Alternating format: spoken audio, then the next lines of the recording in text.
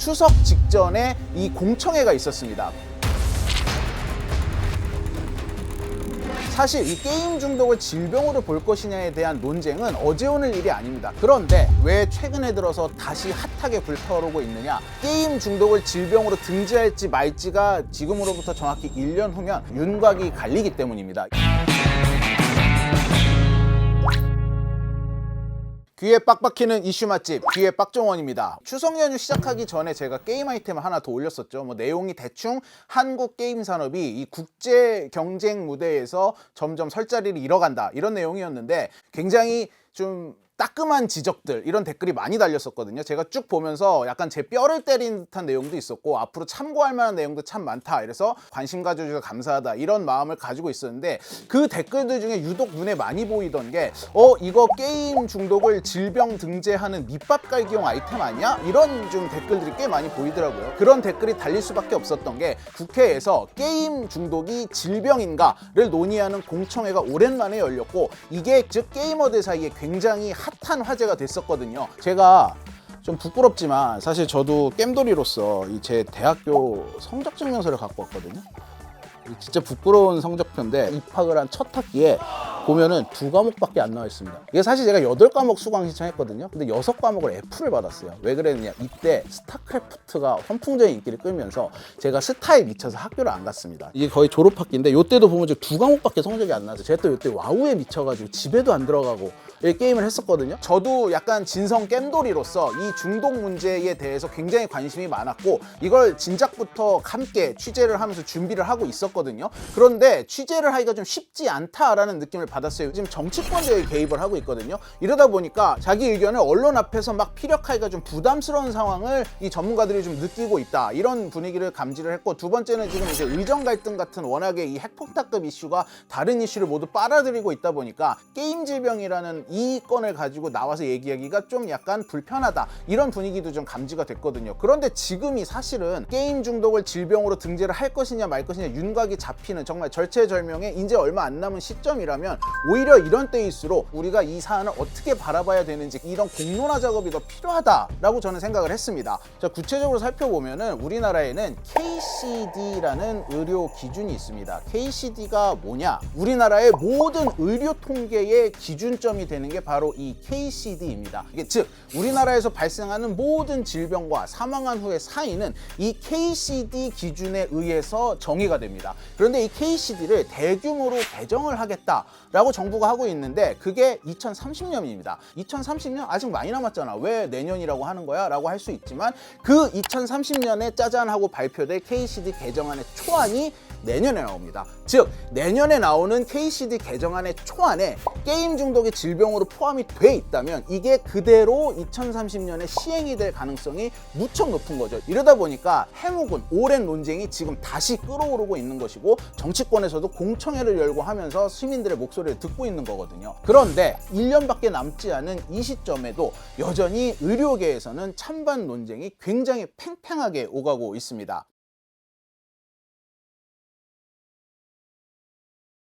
게임 중독을 질병으로 봐야 한다라고 얘기하는 측의 입장을 먼저 한번 살펴보겠습니다. 먼저 몇 가지 근거가 있는데, 이 게임을 중독 물질이다라고 보고 있거든요. 더 오랜 시간 게임에 머물게 하기 위한 온갖 장치를 집어넣은 상품이다 보니 소비자의 과몰입을 불러일으킬 수 있는 방향으로 처음부터 기획이 되고 제조가 되는 상품이다라는 의견을 내고 있어요. 그러다 보니까는 예전에 과거에는 무슨 얘기까지 나왔냐 하면은, 중독 물질 대표적인 게 뭐가 있습니까? 알코올 있죠. 그다음에 약물이 있죠. 그 다음에 도박이 있는데, 여기 게임도 넣어서 4대 중독 물질로 분류를 한 후에 이거를 관리를 해야 된다. 그런데 이제 그 이후에 요즘은 약간 톤다운을 좀 한 느낌인데, 추석 연휴 직전에 있었던 공청회에서 보면은 이 게임을 일반적인 상품으로 봐서는 안 된다라는 주장을 여전히 하고 있었습니다. 그런가 하면은 WHO가 이미 5년 전에 게임을 질병으로 등재를 했는데 더 이상 무슨 논의가 필요해? 라는 얘기가 나오고 있습니다. 우리나라가 KCD라는 이 의료 기준을 가지고 있다고 했잖아요. 이 KCD를 어디서 따온 거냐?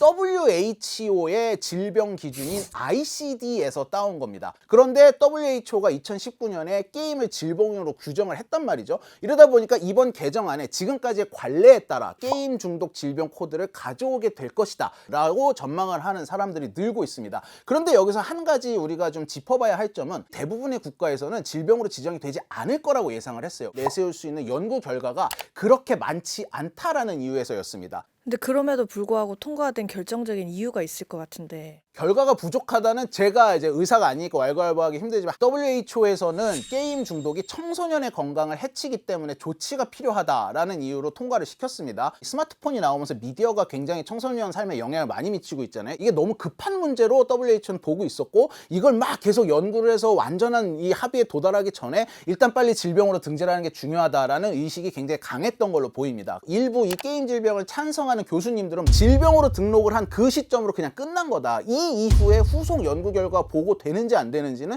중요한 게 아니다. 질병으로 보는 게 맞다라는 얘기를 하는 분들이 있어요. 그러면서 이제 무슨 얘기까지 나오냐면은 국가가 진짜 국민을 위해서 해야 될 공중보건 대응이다라는 얘기를 해요. 이 청소년들의 미디어 오남용과 중독이 점점 심해지니까 이제는 국가가 나서가지고 이거를 통제를 해줘야 되고, 보다 더 효과적인 치료를 위해서라도 먼저 질병으로 등록을 하고 나면 그 이후에 이 청소년을 보호할 수 있는 이런 보호 체계가 생길 것이다 라는 얘기가 나오고 있어요. 이게 이제 게임 중독을 질병으로 등록을 해야 된다라는 찬성 측의 이제 대략의 근거입니다. 그런가 하면은 게임 중독을 질병으로 등재하는 것에 반대하는 입장도 만만치 않습니다. 이 청소년의 미디어 중독을 예방하기 위해서라면 더 시급한 문제가 있는데 왜 게임만 갖고 이러느냐라는 얘기가 나와요. 8월 달에 한국인이 가장 많이 사용한 앱이라고 해가지고 연령대별로 어떤 앱을 몇 분간 썼는지 발표된 게 있거든요. 청소년들만 놓고 봤을 때 압도적인 1위는 유튜브입니다. 뭐 여기서 쇼폼을 많이 봤겠죠. 2위는 인스타였고 3위는 카카오톡이었습니다. 1, 2, 3위가 전부 SNS 계열이에요. 게임은 어디 나오느냐? 6위가 돼서야 나와요. 미디어 중독이 정말 걱정이라면 오히려 이 SNS나 쇼폼이 더 문제 아닌가? 정신과를 지금도 찾아오고 있는 그 미디어에 중독된 환자들 중에 절반 정도밖에는 보호하지 못하는 거 아니냐, 설득이 안 되는 거죠. 그리고 두 번째는 우리나라 이 정신과에서 환자를 진료할 때 진단 기준으로 삼는 게 WHO의 ICD가 아니라 미국의 DSM을 기준으로 삼고 있다는 거예요. 이게 무슨 소리냐? 한국의 거의 대부분의 정신과가 환자를 진단할 때 그 기준으로 미국 정신의학회에서 발간한 책자를 기준으로 하고 있습니다. 그런데 게임 같은 경우 미국에서는 WHO가 발표를 했음에도 불구하고 질병으로 등록하는데 신중해야 된다, 더 많은 연구가 있어야 된다라고 하면서 지금 보류를 하고 있거든요. 이러다 보니까 미국 기준으로 우리가 진단하는 지금의 진단 체계에서는 게임 중독이 질병이라는 진단을 내릴 수가 없는 상황이에요. 그런데 문제는 보험 처리를 할 때는 KCD, 즉 WHO의 ICD에서 따온 그 KCD를 가지고 보험 처리를 하는 겁니다. 그러니까 한마디로 쉽게 얘기해서 실제 의사들이 환자를 진단할 때 진단 기준과 이후에 보험을 청구할 때의 그 보험 청구 기준이 달라지게 되는 거예요. 이러다 보니까 오히려 더 혼선을 가져다 줄 우려가 있다, 이런 얘기가 나오고 있어요. 정신건강의학과의 진단은 보는 눈의 관점의 차이예요. 어떻게 저 행동을, 저 마음을, 저 생각을 정의하느냐. 소위 진단 기준이라는 것을 하는데 요것만큼은 진단 기준이 좀 모호하다는 거예요. 일단 중독의 정의가 뭐죠? 많이 쓰는 거겠죠. 그리고 같은 효과를 얻기 위해서 더 많은 것을 요구하는 상태가 되고, 또 이것을 완전히 끊어냈을 때 지속적인 갈구하는 상태가 나타나는, 이런 것들이 다 맞아떨어져야 우리가 중독이라고 얘기를 해요. 남용이라는 걸 어떻게 정의하고, 그리고 갈구하는 행동을 어떻게 정의하고, 그리고 소위 금단 증상을 어떻게 정의하고, 이것 하나하나가 명확하지가 않아. 내가 암이라고 얘기했을 때 내가 무슨 암이야? 그럴 수 있지만 결국엔 암이라는 객관적인 증거에 굴복하는 거죠. 그런데 이건 객관적인 증거가 없어요. 사진을 찍히는 것도 아니고, 그러니까 여기에 대해서 다 합의가 돼야 돼. 무슨 의학적인 것을 합의를 하려고 그러냐? 아니요. 정신건강의학과의 여러 가지 질병은 그렇다는 걸 서로 느껴야지 치료가 됩니다. 치료 공동체가 돼야지만 그 병을 치료할 수 있어요.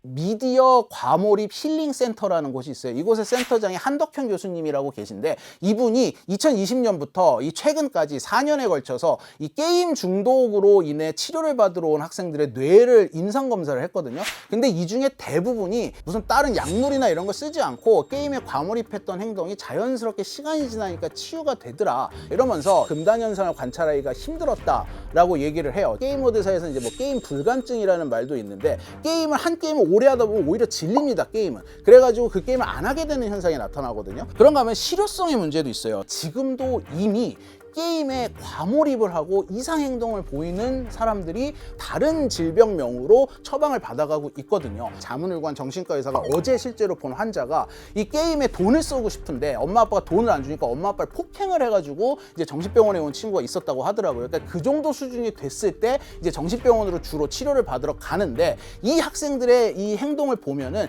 게임 그 자체가 문제라기보다는 ADHD를 겪고 있거나 양극성 장애를 겪고 있거나 또 다른 병의 한 증상으로 게임이 불거져 나오는 경우가 대부분이다라고 얘기를 하더라고요. 정말 순수하게 게임 그 자체가 문제인 환자는 사실상 찾아보기가 힘들다고 합니다. 이런 상황에서 질병으로 등록하는 게 무슨 실효성이 있으며 오히려 사회적인 낭비가 될 수 있다, 이런 얘기가 나오고 있습니다. 자, 그리고 마지막으로 정반대로 이 안전망이 붕괴가 될 수도 있다라고 얘기하는 우려도 나오고 있어요. 무슨 소리냐? 일단 학교에서 이 아이가 너무 좀 문제가 심각한 것 같다라고 통보를 하면은 바로 병원으로 오는 게 아니라 센터를 간다고 합니다. 지금 우리나라 과기정통부에서 운영하는 스마트 쉼센터, 중앙대에 설치되어 있는 어떤 뭐 과몰입 힐링센터 이런 데도 있고, 이런 센터가 있는데 실제로 가서 병원에 오기 전에 거기서 치유를 받는 학생이 굉장히 많다고 하거든요. 물론 완벽하다고 할 수 없고 충분하다고 할 수 없지만 어느 정도 이 사회적 안전망을 좀 설치를 해놓은 상태인데, 이게 질병이 돼버리면 이 문제가 국가가 책임져야 될 문제가 아니라 개인의 문제로 치부될 수 있는 가능성이 굉장히 높다, 이런 얘기가 나오면서 지금 있었던 이런 센터, 지금도 더 많은 지원이 절실한데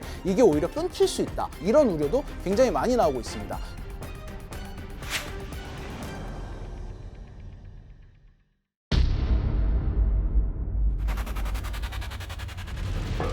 어쨌든 사행성 게임이 문제가 된다는 거에 대해서는 다들 공감하고 있는 것 같은데, 그렇죠. 추세를 가만히 보면 약간 트렌드가 보여요. 한 뭐 10년 전까지만 해도 게임 중독이 질병이다라는 근거로 굉장히 많이 사용됐던 게 폭력성이었습니다. 게임을 많이 하면 폭력적으로 변한다, 이런 논리가 굉장히 많았었거든요.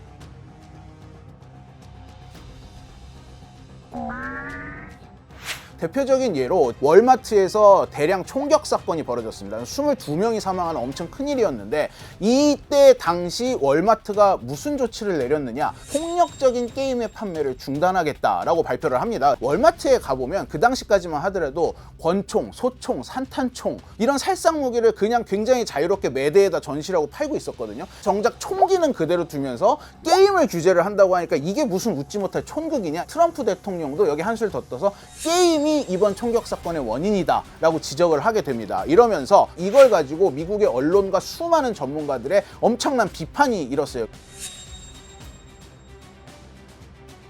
게임의 폭력성에 얼마나 큰 연관을 미치느냐에 대한 어떤 구체적인 연구 결과 없이 굉장히 정치적으로 이게 활용되는 모습을 보이면서 게임이 폭력성을 유발한다라는 이 주장은 계속 반박을 당하게 되죠. 이러면서 최근에는 이게 약간 어떤 트렌드로 바뀌었느냐, 사행성을 조장해서 200억, 300억씩 쓰게 만드는데 도박과 뭐가 다르냐. 수많은 게임 회사들이 과금 상품, 즉 돈을 내고 아이템을 사는 형태의 상품을 팔면서 돈을 벌고 있거든요. 근데 그 중에 0.001%의 확률로 뽑기를 하는 식의 상품, 이제 이런 걸 팔면서 사행성 논란이 끊이지 않고 있습니다. 특히 우리나라의 뭐 몇몇 대형 게임사들이 이걸로 굉장히 큰 욕을 먹고 있죠. 실제로 이 넥슨 같은 경우 메이플 스토리가 최근에 공정위에 걸려가지고 200억 원이 넘는 소비자 배상을 해주기로 판결이 나기도 했고, 게임 중독이 질병으로 등재가 돼야 된다는 근거를 마련해준 어떤 원죄도 결국은 이런 일부 대형 게임 회사에 있다라고 볼 수가 있는 거죠. 다만 올해 3월 달에 게임 확률이 공개가 되도록 법이 통과가 됐잖아요. 그리고 실제로 이런 일이 터지면서 이 사행성을 극도로 조장하는 확률형 아이템에 대해서 좀 조심하는 분위기가 또 업계에 퍼지고 있어요.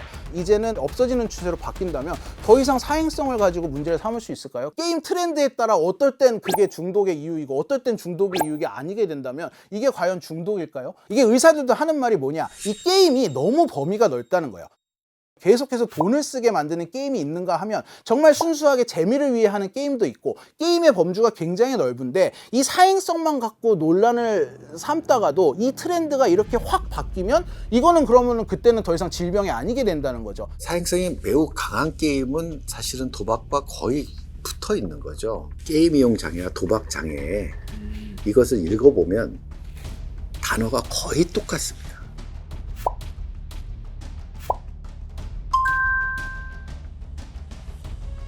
설명해 주신 거에 의하면 이 사행성 관련되면 그건 도박장애로 치료를 해도 되는 거고. 사실은 도박 장애는 누구나 봐도 이거 쉽게 진단할 수 있어요.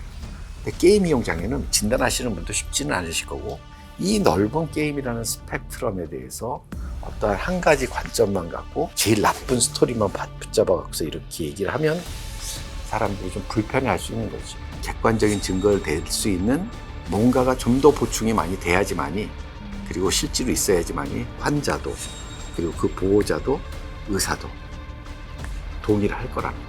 얼마 전에 메타가 이 청소년들의 SNS 이용을 제한하겠다라고 했죠. 이 틱톡도 마찬가지입니다. 청소년들 이용 시간을 하루 몇 시간으로 제한을 하겠다, 이런 정책을 발표를 했어요. 뭐 미국도 그렇고 유럽도 그렇고 청소년들의 SNS 사용에 대한 위험성을 계속 경고를 하면서 업계가 자기네들이 원했든 원하지 않아서든 문제가 되니까 어떤 자정작용을 하고 있는 거거든요. 근데 우리나라 같은 경우 확률형 아이템을 최소한 청소년에게만큼 팔지 말아라, 이런 안이 나오는데 이거 여전히 통과되지 못하고 있거든요. 제가 지금 생각하는 우리나라 게임 산업이 할 역할은 우리 다 죽어요라고 징징댈 게 아니라 이 자정 작업에 더 매진을 해야 될 때가 아닌가. 자정 효과를 가지고 가면은 자연스럽게 게임 이용 장애가 질병이다라는 논의도 같이 수면 아래로 내려가지 않을까, 이런 생각을 합니다.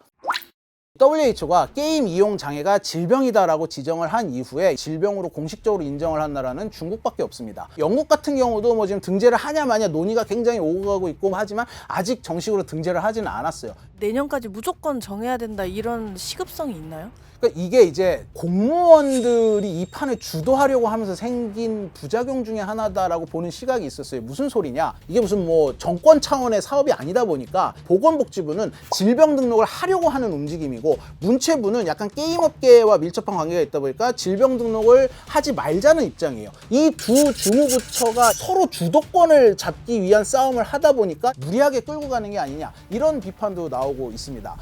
일단 뭐 이 문제가 어떻게 진행이 될지는 좀 더 지켜봐야 되는데, 제가 이번 취재를 하면서 느낀 건 뭐 여러 가지 음모론도 있고 여러 가지 어떤 의학 외적인 요소도 이유로 거론이 되고 있지만, 당장 가장 기본인 의학적인 부분에 있어서도 합의가 이루어지지 않았고, 아직 논의가 끝나지 않은 사안을 이렇게 서둘러서 등재를 해야 될 필요가 있느냐라는 얘기는 찬반 양쪽에서 다 나오고 있습니다. 우리나라만 이렇게 서둘러서 도입을 하려는 이유가 무엇인지, 과연 이게 누구를 위한 질병 등록인지, 과연 이 질병 등록으로 인해서 청소년 보호라는 목적이 완벽하게 달성이 될 수 있는지에 대해서 좀 더 치열한 고민이 필요하지 않나라는 생각을 하게 됐습니다.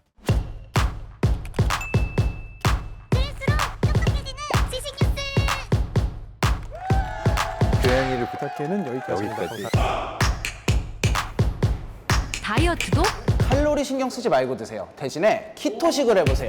이게 박종원. 스브스 프리미엄 지금 다운로드하세요.